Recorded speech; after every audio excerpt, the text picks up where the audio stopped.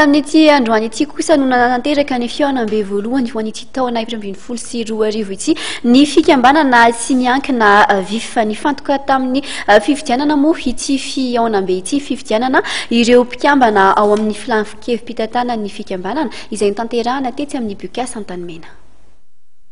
Nolaniana nandritra ny fifidianana izay notontosaina tolakandro io ireo mpikambana ao anivon'ny filankevim-pitantanan'ny fikambanana tsy miankina Vatsy Iombonana momba ny fampandrosoana na ny vifa. Isany nanamarika ny fihaonam-be voalohany izay mikarakarain'ny vifa tetsy amin'ny Bucas Antanimena tokoa izany fifidianana izany.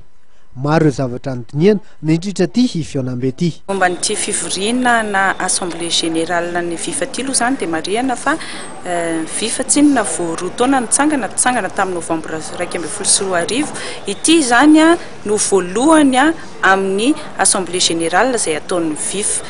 Ny tanjona ao anatin'izany moa zany mazava ho azy dia ny fijerena indray ireo mpikambana rehetrarehetra hoe izy ny tena mpikambana ao anatin'ny vifa ary amin'ny mahaze azy dia fanaovana ny tatitra ireo filankevim-pitantanana ny vifa izay nitondra azy nandritra ny roa taona sy tatitry ny ekipa exécutive ny vifa na ny tatitra teknika zany na ny tatitra arabola amin'ireo mpikambana ny vifa ireo. Fa eo ihany koa ny fifidianana ny birao vaovao izay hitatana ny vifa indray mandritra ny roa taona ary ny fandiniana hoe aiza ho aiza no avin'ny vifa manoloana ny toedrara ny firenena sy manoloana ny asany amin'ny maha fitaovana entina manamafy ny fikambanana azy. Rapitso notontosaina ny fifidianareo andrafitra ny birao nasionaly.